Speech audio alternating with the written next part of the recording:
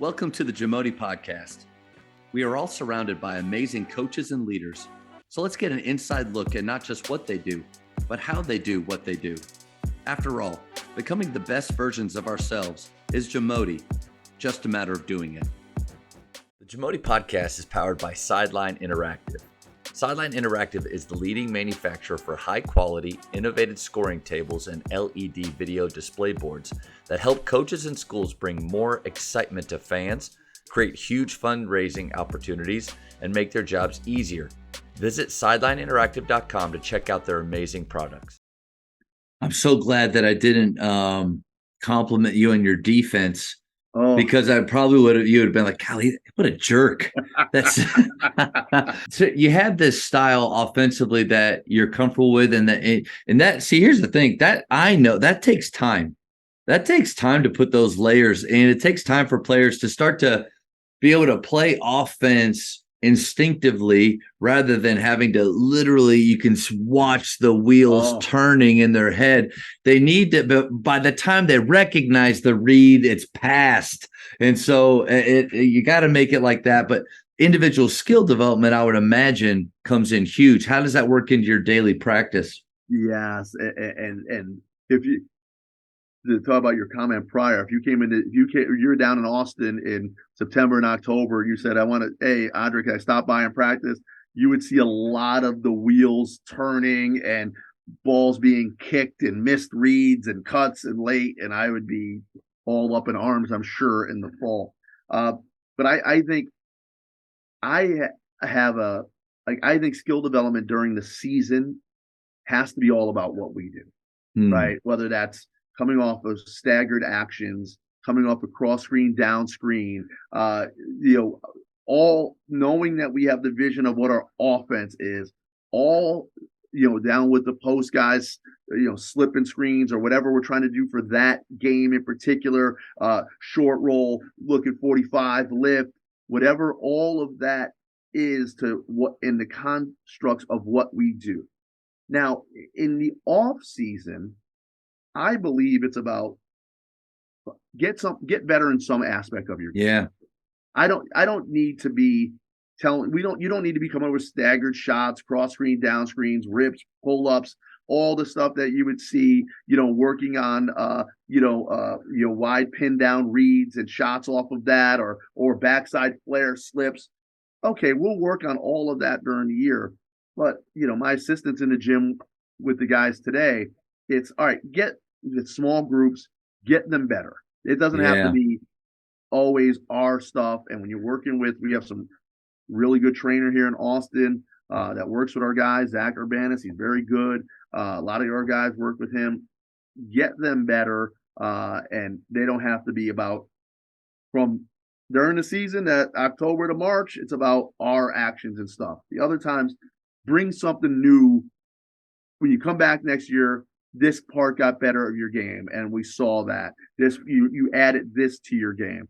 But I think that skill development during the year, I also think that makes it very, as a coach, okay, we have the vision of how we're going to play. Now, skill development it's important. We're going to do it every day, but it fits into that, and sometimes it can be a little boring and repetitive, and I think sometimes boring and repetitive is what is on the highway to greatness. Right? Yeah. You're going to go past the exits of boring and repetitive on that highway, and you better try to embrace that. I know all coaches talk about that, but that's just the reality of it. Is we're trying to perfect things, and again, just like we talked about culture, that skill development has to be an everyday portion of practice.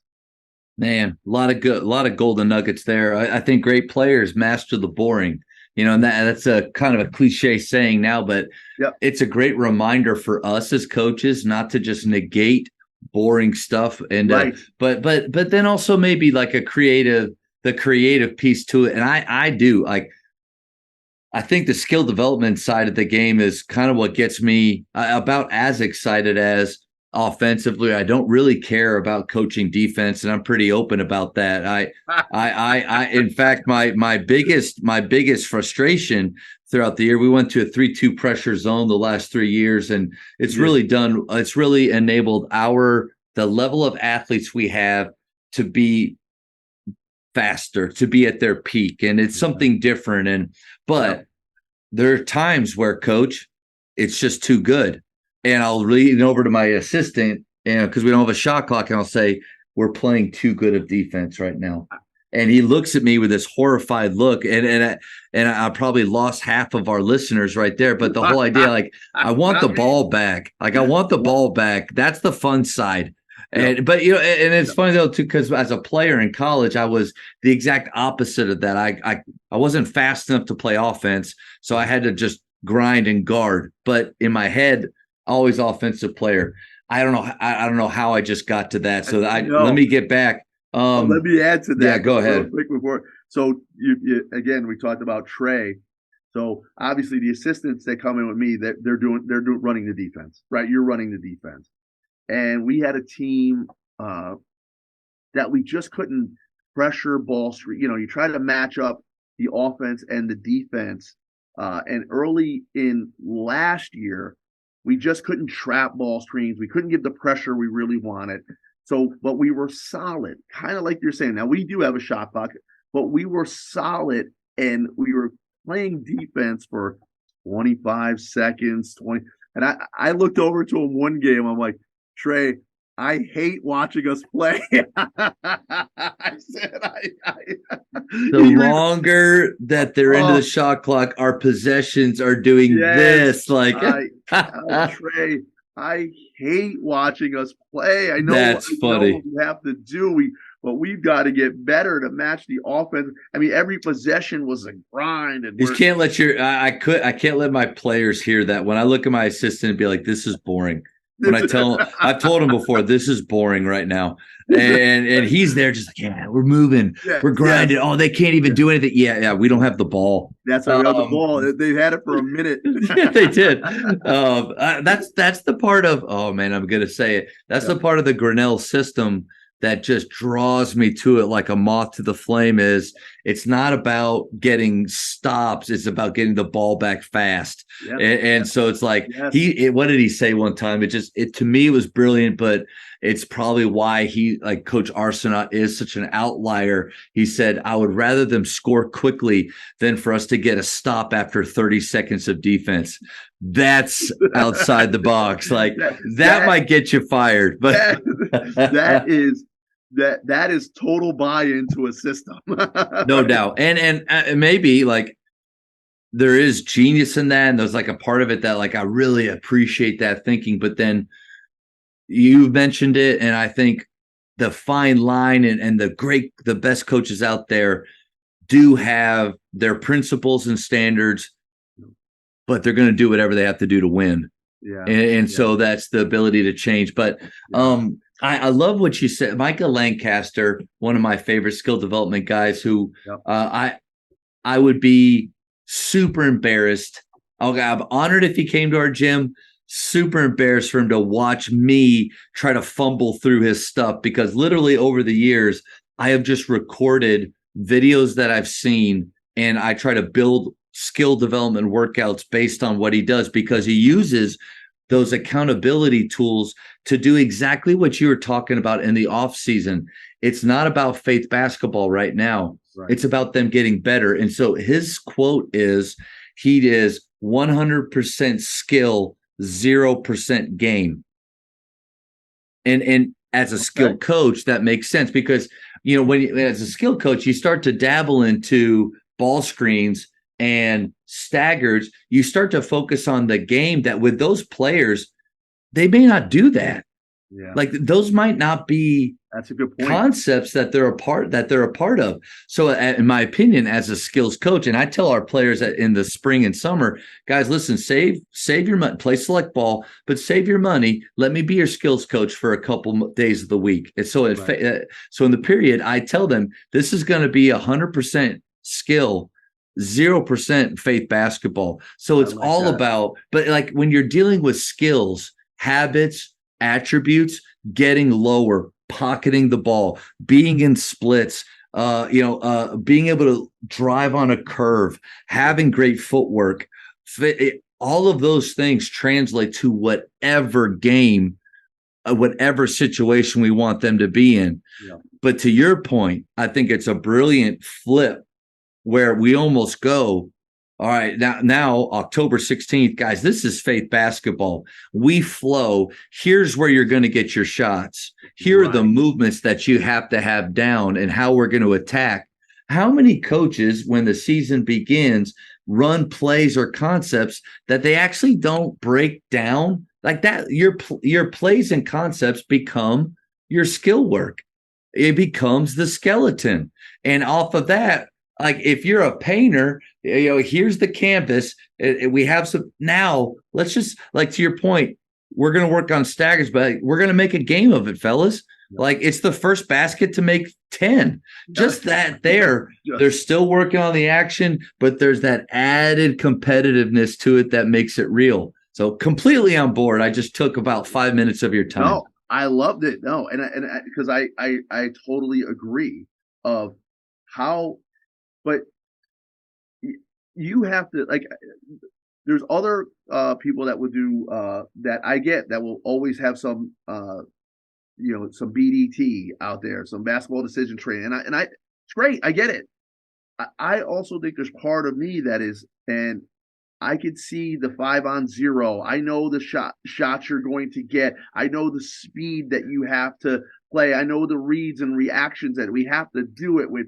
I mean, I probably say pace more than any other word that all year, to our guys. So if you're doing that and you know the pace and you show them the film, I don't probably if there's I like things nice and neat, I do, and I know basketball's not always nice and neat, and again, we talked about earlier. Sometimes things come from how you grew up. Nice and neat. My house was chaos. Growing up, it was chaos. 10 kids, golly, 10 kids, animals. We lived on the street that led directly to the highway. There was a stop sign out, stoplight outside right in front of our house. There was constant people in and out of the house. We didn't know where you were going to sleep. Like, it was. I mean, we knew we were going to sleep. I was going to be sharing with who on the couch. I think now, as I got to be, like, I like it nice and tidy, and I hope I hope people. I hope a lot of people listen. I think the competitors will say, if you let St. Ed's have a nice, tidy, clean game, probably advantage them, right?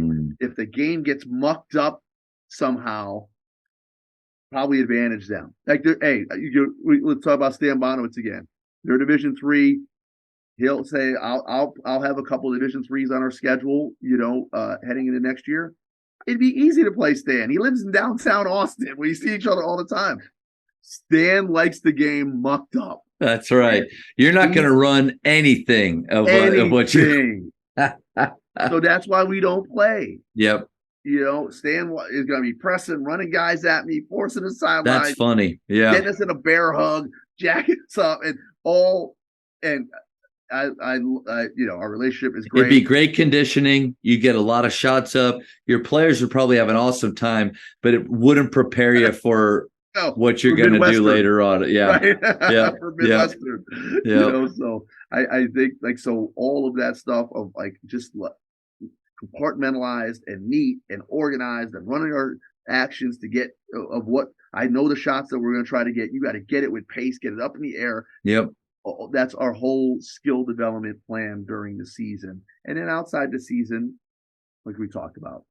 I think there needs to be a really good rhythm, because again, just like in styles of plays and systems, there are dudes that are just sold out to only one way, and I just don't think we like to play fast, and if everything works that way, that's what we're going to do. But if a team gets in a soft 2-2-1 3/4 court, it's going to slow us down. Like that is a great way. You're not trapping us, because if you trap us and you give us a 4-on-3 on the other side, we're going to shoot a 3 even faster than we normally would. Yes. But if you just sit there, and you make us go back and forth a little bit, all of a sudden we're coming across half court almost at a crawl, like, so sometimes they're going to do it, but in practice, like, I love small-sided games. 2-on-2, 1-on-1, 2-on-2, 3-on-3, 4-on-4 is probably the best way that I feel like we are able to work on our flow and our very few actions that we have. I can control it, and we're live now, at that point. But then, and the extra space gives them more room for creativity and more advantage because of that the less bodies on the floor, the bigger the box, the more offensively you have an advantage. But then there's definitely time for 5-on-0. There's definitely time for zero defense. Coach, to me, one of our biggest concepts is get to corners. Like, we don't rim run, we get to corners. And when we're playing slow, when we're not able to up it, when we're not able to get to the world right off that first drive, it's because we're not getting to corners. So the best way for me to get them doing that is we run in a circle. I lay it up. Closest guy grabs it. Next closest guy is our playmaker for that possession because we're positionless. The farthest to get to corners. If we do that correctly, we move on. But to think that I can just say it, all right, 5-on-5 now, don't forget, get to corners. Nah, not going to happen. I just don't think learning's like that unless you're at maybe that next or that high level. And I think one of the things that I like what you said, and I think about small-sided games, 1-on-1, 2-on-2, 3-on-3, 4-on-4. I don't think I incorporate that enough, quite honestly. I don't. And I think I think I need to, and a lot of off-season skill training is going to a lot of that. Let's work on this in these small-sided games, and where there is some, more reading, reacting. I have to do that more because I like it nice and tidy. I think there's a lot of 5-on-0 because of go over this, run this, no mistakes, time and the clock. I'm on them. I'm putting the pressure on them, the voice pressure of perfection, and the cut's too slow. You didn't sprint. You didn't rebound the basketball the way I wanted to. This wasn't the right. So they hear my voice, that pressure. But I do think we need to play a little bit of those small-sided games to kind of, within our actions, to do a little bit more reading, reacting to that. I love that. I think it's like a pie chart. I mean, skill development, if a player's the pie chart, there's just those different pieces of the game that you've got to hit, those different skills you got to hit. I think in practice, especially offensively, but everything you talk about offensively, you can mirror it on the other end, with in one-on-one, it was small-sided games, especially, there's the defensive side that you're also working on, right? So I love the duality of those types of games, but it's a pie chart. Maybe that 30% is a skeleton work. Like there's not about against anybody. So fellas, we should be sharp. We should be as close to perfection as possible at maximum speed right now, because there's no human being in the way making you deviate. And then you get the small-sided games for another chunk, another third of it, where, all right, now this is the action, but don't run plays, make plays. Like don't turn your brain off because of something that we are trying to, because when you watch players sometimes just trying to run plays and you see, golly, there's a double gap. Catch and look at the rim. One more, move it. But they're running an action. They're running a play. But I'm sure, but I think that's the small-sided games kind of give you that added freedom. And then again, you guys with a shot clock, I mean, you got to be prepared when things break down. Anyway, and then the 5-on-5 time, obviously, it's valuable. A coach from East Texas, 900 wins. He plays a full game every practice, 4 quarters with time. They stat it, but that's how they learn. Like really? There's those extremes, right? And wow. But I'm trying to, I don't know. For me, it's I dabble a little bit in all of it. Agreed, and that's probably why there's a lot of scratch outs on the practice plan sometimes, right? Yeah. It's not just, okay, let me get November 11th from last year and dust it off and copy right, and that's what. So to go back what we talked about earlier about all of that stuff about the pie chart for skill development and planning practice and off-season work. That's why we struggle with walking out to the car and the freshman coach says, Matt, we just didn't make shots today. That's why we can't do that, because of every practice, every workout, every film session, everything that got charted, all of the individual sessions with the players, all of that. That's why sometimes it is the right answer, but kind of how we started our conversation. That's why it's not easy for us to just get into the car after a tough loss and say, man, we just didn't shoot it well, because there's so much that goes into it. Yeah, Johnny's dad, and this player's dad, Johnny's dad, comes up and after a game, golly, like guys 1 for 10 and he's still shooting. I just let him know it's not because there's a lack of control, right, or standards. It's because that guy has proven to me, not game after game, but day after day in skill work. Yes. Like when you play shooting games and you chart your numbers, and dudes with time, pressure, in a rows, whatever the game is, over a course of months are at a certain standard, it trumps time, score, and momentum. Yeah. It trumps 0 for 6. Right. Because I believe, and that guy better believe, that based on what we've seen over time, the next one's going in. And some of our favorite phrases like shoot to get hot, shoot to stay hot, those come into play. But we would be idiots if we didn't have the time and data daily behind it, right? Back it up. Yes. And that is, and it is a lot of time. It is. And there is part of like, okay, I'm giving you your shots. You've had multiple shots in the game. Sometimes then there's the part of, can you produce when the lights are on? When, and I've given you your shots, and we do have the data that's backed it up. We've watched it. We've watched practice. We've charted all that. We have the managers and the assistants do all that. We have the analytics to back you up. But some guys, and you and I have played with them, that are, when the lights get on, that jumper's a little bit off, that there's a little bit of nerve behind it. Yep. And it is a production business that we're in. Thank you for checking out today's episode. Please take a moment to subscribe to this podcast, share it with your fellow coaches, and find us on social media for what's coming up next on the JAMODI podcast. It's just a matter of doing it.